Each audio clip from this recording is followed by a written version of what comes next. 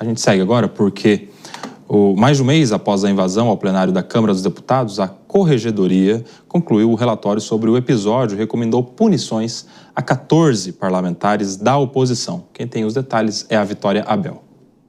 A Corregedoria da Câmara dos Deputados sugeriu a suspensão dos mandatos de 3 parlamentares que participaram do motim na casa no início de agosto, atrapalhando os trabalhos da mesa diretora. Marcel Van Hatten, do Partido Novo, e Zé Trovão, do PL, podem ter seus mandatos suspensos por até 30 dias, justamente por terem obstruído os trabalhos e impedido até a chegada do presidente da Câmara, Hugo Motta, na cadeira da presidência.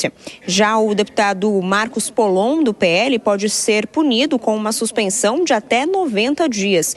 Isso porque, além de participar do motim, de obstruir os trabalhos na mesa diretora, ele também proferiu xingamentos contra Hugo Motta durante uma manifestação com apoiadores do ex-presidente Jair Bolsonaro. Os outros 11 deputados que foram citados pela Corregedoria no processo de punição aos participantes desse motim aqui na Câmara dos Deputados, eles vão ter uma censura escrita. Essa é a sugestão da Corregedoria da Câmara. Pois bem, esses processos de suspensão seguem agora de volta para a avaliação do presidente da Câmara, Hugo Motta, que deve enviar essas suspensões para a análise do Conselho de Ética, um colegiado que pode validar essas suspensões com esses prazos, pode aumentar também o prazo de suspensão ou pode também arrefecer essas punições para uma advertência, por exemplo, ou uma censura escrita, a depender do que o colegiado decidir, colegiado esse que é presidido pelo deputado federal Fábio Chiochetti. É com vocês no estúdio. E o corregedor da Câmara, o deputado Diego Coronel, do PSD da Bahia, encaminhou à mesa diretora da Casa as representações contra os deputados que ocuparam o plenário durante protesto pela prisão domiciliar de Jair Bolsonaro. Sobre isso, a gente conversa agora com o deputado Fábio Chiochetti, do União Brasil de Santa Catarina, que é o presidente do Conselho de Ética da Câmara, vai nos ajudar a entender o que acontece agora. Deputado, boa noite, bem-vindo. Boa noite, Nelson. Boa noite, Jovem Pan. Eu estou à disposição de vocês. Deputado, a primeira pergunta é o que significa essa sugestão da Corregedoria? Tem um peso importante? Tem uma tendência de que essa sugestão da Corregedoria em relação às penas que foram propostas sejam acolhidas? Explica para a gente se essas penas podem mudar no debate do Conselho de Ética, se podem aumentar ou se só podem diminuir. Explica para a gente. Olha, Nelson, como é que funciona o rito na Câmara? Uma vez que um partido ou um deputado faz uma denúncia, a mesa diretora ela tem que encaminhar a corregedoria, certo? O corregedor ele dá uma ideia do que ele imagina que pode ou arquivar, uma suspensão cautelar, uma perca, inclusive, de mandato, né? Volta para a mesa diretora como uma sugestão. Aí sim, a mesa diretora encaminha para o Conselho de Ética, aonde o rito do Conselho de Ética agora é o seguinte: nós iremos receber as denúncias, certo? Eu não recebi ainda no Conselho de Ética, imagino que cheguem até terça-feira ou segunda-feira lá na presidência do Conselho de Ética, e aí sim, nós vamos designar os relatores para todos esses casos. Nós temos 3 casos aqui, deputado Marcel Van Hatten, deputado Zé Trovão e deputado Marcos Polon, mas quem vai dar a análise final é o relator que vai ser escolhido pelo Conselho de Ética. A partir do momento que o relator lê o seu parecer, aí sim o colegiado do Conselho de Ética vota e vai isso ser referendado após no plenário da Câmara dos Deputados. Perfeito, eu vou trazer os nossos comentaristas para essa conversa, deputado. O próximo a te perguntar é o Cristiano Vilela. Deputado, uma boa noite. Deputado, na sua avaliação, esse tipo de possibilidade de suspensão do mandato parlamentar, ela deve ser conferido como uma medida muito severa, capaz de afetar, inclusive, a liberdade e a autonomia das manifestações parlamentares? Ou, na sua visão, seria uma possibilidade, talvez, de abrandar uma pena que poderia ser até mais forte com relação a esses parlamentares? Olha, Cristiano, eu acho que a partir do momento que nós arrefeceu todo esse movimento na Câmara, já passaram mais de 45 dias desde o dia 8, quando foi feito o motim na Câmara dos Deputados, os deputados fizeram todo esse movimento. Eu acho que a análise do corregedor ela foi justa, né? Eu não posso emitir a minha opinião, porque eu não voto no Conselho de Ética, eu tenho muito cuidado com isso, né? Mas a suspensão de mandato, ela veio até mesmo para que um parlamentar respeite a casa e respeite também o outro parlamentar. Porque quando você fala em cassação de mandato, é muito pesado, é muito ruim você acabar com os votos democráticos que aquele parlamentar teve. Mas isso mostra também que a Câmara não é a terra de ninguém. Ou seja, nós não podemos ter, como aconteceu com a deputada federal Célia Chacriabá, contra o deputado Kim Kataguiri, de avançar com uma caneta contra um deputado no plenário da Câmara dos Deputados, né? Então, eu acho que essa suspensão, e tenho muita convicção disso, essa suspensão, quando ela vem de fato para arrefecer os ânimos, porque, querendo ou não, o deputado ele fica, como esse caso agora, nós tivemos o caso do deputado de Minas Gerais, o André Janones, que está há 3 meses suspenso do mandato. Isso é um momento também para que o parlamentar possa refletir e ter boas maneiras na Câmara, de uma maneira geral. Deputado, agora a pergunta é da Dora Kramer. Boa noite, deputado. Eu vou continuar, claro, com o senhor no assunto da ética, mas vou mudar o personagem. E o nosso personagem aqui, eu não quero que o senhor fale como presidente do Conselho de Ética, porque aí eu quero evitar essa resposta. Não voto, não sei o quê, não.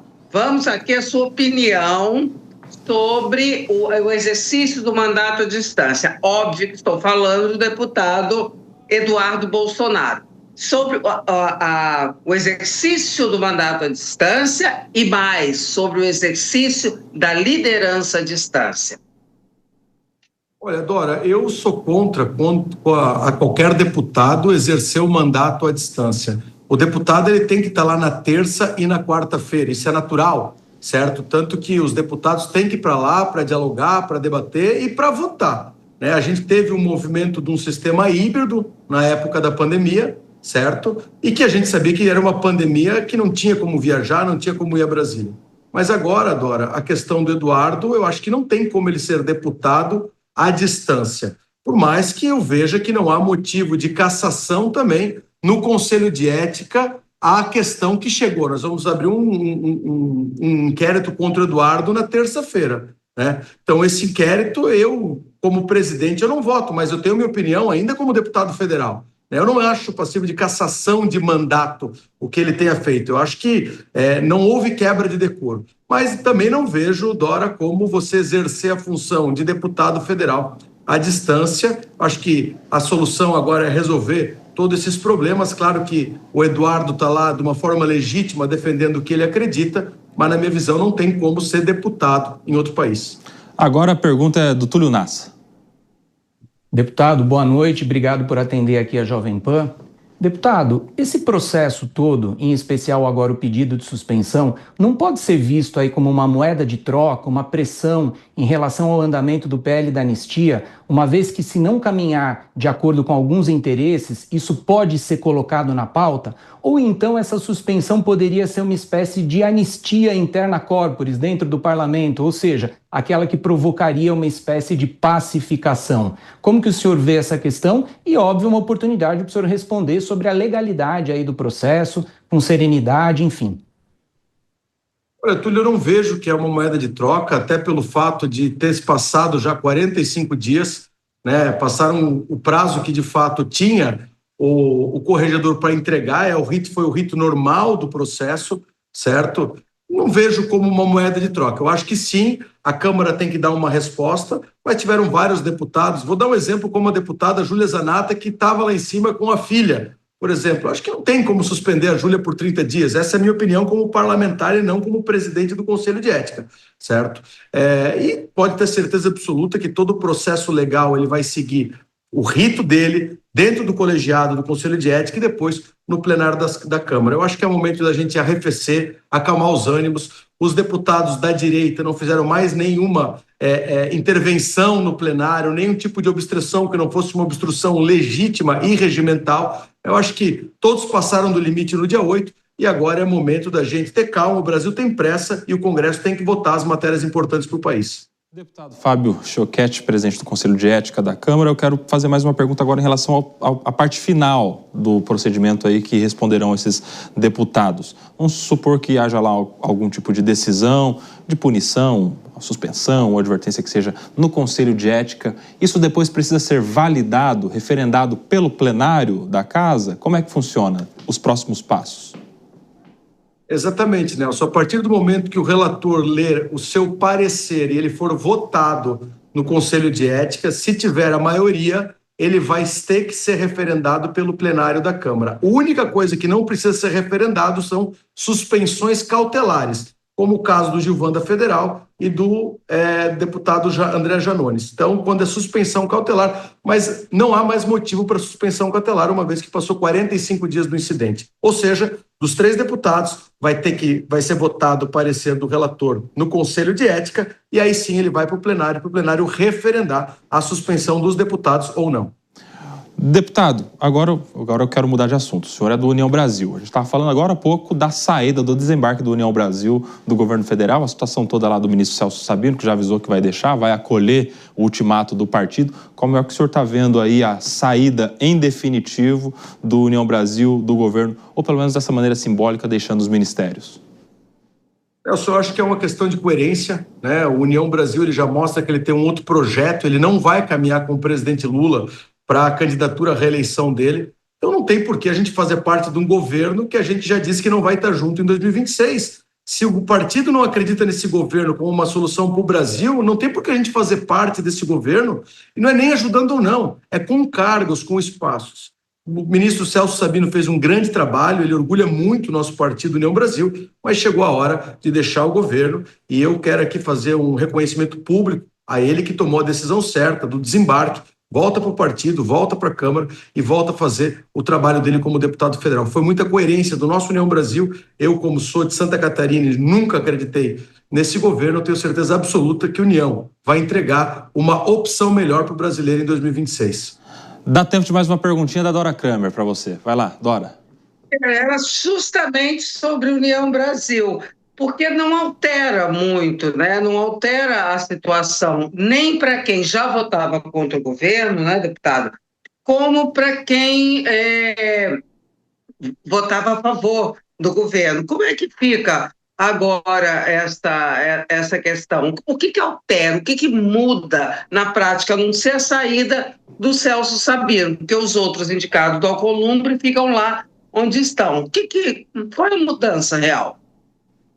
Dora, é mais a questão simbólica, a gente de fato desembarca do governo, mostra a questão de coerência, a gente não caminhava com o governo nas votações e agora sim a gente não tinha por que estar no governo e estar com um ministro, com um cargo de relevância. Mas o nosso partido, desde a fusão dele com o PSL, o Democrata, o DEM, que já era PFL, já mostra que era um partido de oposição, mas um partido à direita. Então, não era coerente a gente fazer parte desse governo com alguém, um deputado federal que foi chancelado pela União Brasil na Câmara dos Deputados, pela nossa bancada. Eu confesso para ti, Dora, que eu fiquei muito feliz com a decisão do ministro Celso e também com a decisão da nossa executiva em, de fato, agora pedir a expulsão de quem não saiu do governo ainda. O caso dos ministros que foram indicados pelo senador Davi, eles não são filiados à União Brasil. O ministro Valdez ele é licenciado do PDT e o ministro da Comunicação, se eu não me engano, ele nem filiado a partido político é. Então essas indicações não são da bancada do União Brasil, não são do partido, da executiva do Nacional do União Brasil. A gente tem certeza que vai continuar fazendo esse trabalho de uma oposição coerente, uma oposição correta e que agora, de fato, não fazendo parte desse governo. Agradecer demais a participação do deputado Fábio Choquette, que é do União Brasil de Santa Catarina, presidente do Conselho de Ética da Câmara dos Deputados. Deputado, boa noite, sempre um prazer te receber aqui na Jovem Pan. Boa noite, Nelson. Eu que agradeço a Jovem Pan mais uma vez. Até a próxima.